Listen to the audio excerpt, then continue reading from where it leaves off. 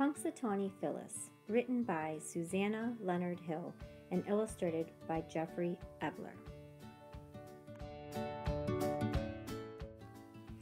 Phyllis was not like the other groundhogs. She liked to get up in February instead of in March. She liked to be outdoors instead of indoors.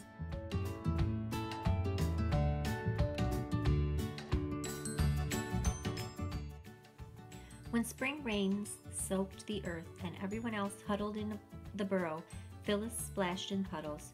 "You're sopping wet," her mother scolded. "I like the way the mud feels between my toes," Phyllis explained. Her mother shook her head and said to Phyllis's father, "That's Phyllis." When the stream water rushed icy cold and fierce between the banks, Phyllis went wading.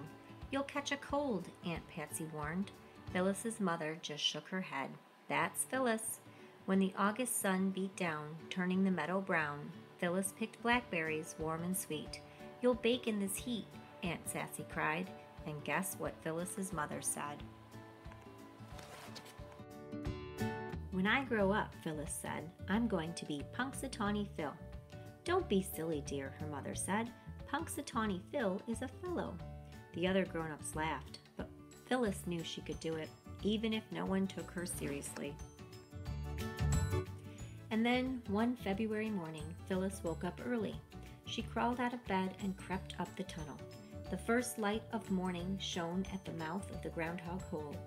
From the big pine trees came a steady drip, drip, drip of snow melting. Running water whispered in the brook. The air was sharp, but something about it had changed. Spring was coming early.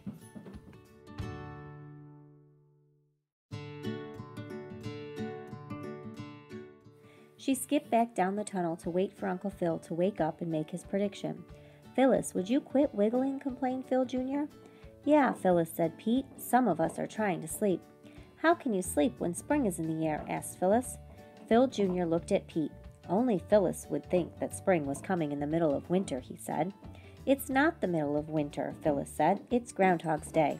But Phil Jr. and Pete were already dozing off.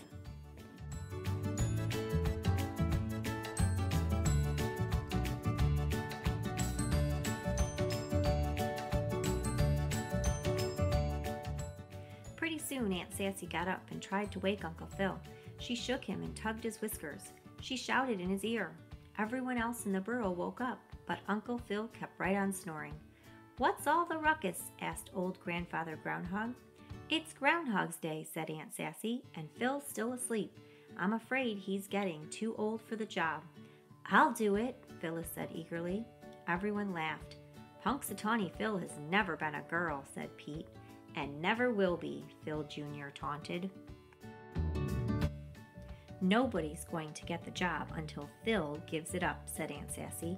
"Now how are we going to wake him?" "Dump snow on him," Phyllis suggested. "Good idea," said Aunt Sassy.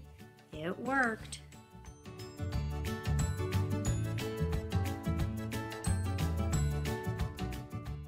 Uncle Phil grumbled.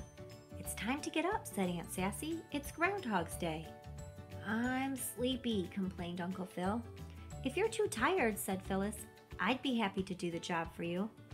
"Humph," replied Uncle Phil. "Not just anyone can be Punxsutawney Phil." "I'm not just anyone," said Phyllis. "Is your name Phil?" asked Uncle Phil. "No," Phyllis admitted, "but Punxsutawney Phil's real name isn't always Phil."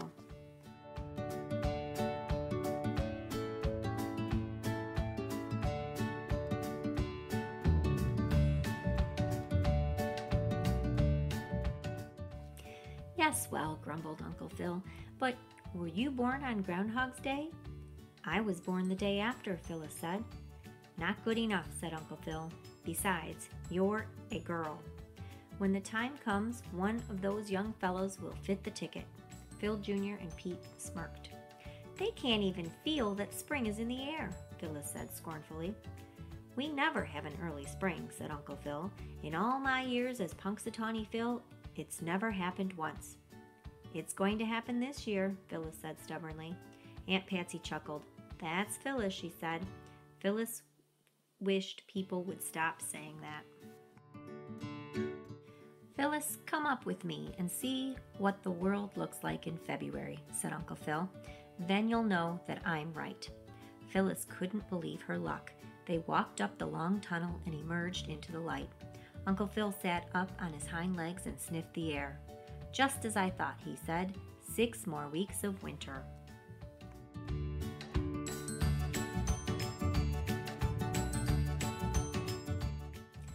Early spring, insisted Phyllis. Look at all that snow, said Uncle Phil. Feel the cold. The snow is melting, said Phyllis. The water is running in the brook. Uncle Phil tilted his head and listened. So it is, he said softly. I don't hear as well as I used to.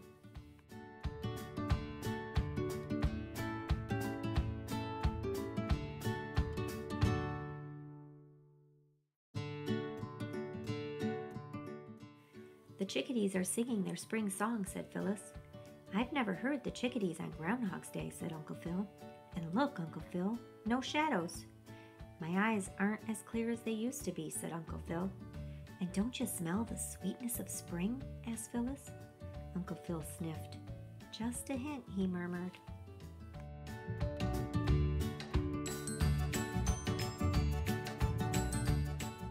And there's something else, said Phyllis. She had finally figured out what had felt different about the air all morning.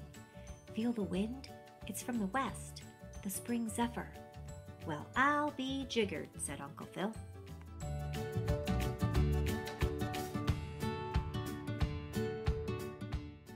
Phyllis was right, Uncle Phil announced when they returned to the burrow. We are going to have an early spring. It's time for me to retire. But who will be the next Punxsutawney Phil? Asked Aunt Patsy. I will, said Phil Jr. No, I will, said Pete. Sorry, boys, said Uncle Phil. You missed the signs, too. You can't mean, blustered Phil Jr. Yes, boys, said Uncle Phil. This time, the best Phil for the job is a Phyllis. But what about the rules? Whined Phil Jr. and Pete.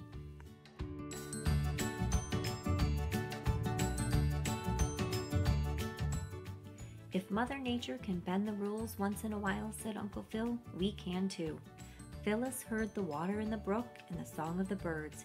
She saw that there was no shadow, and she felt the spring zephyr.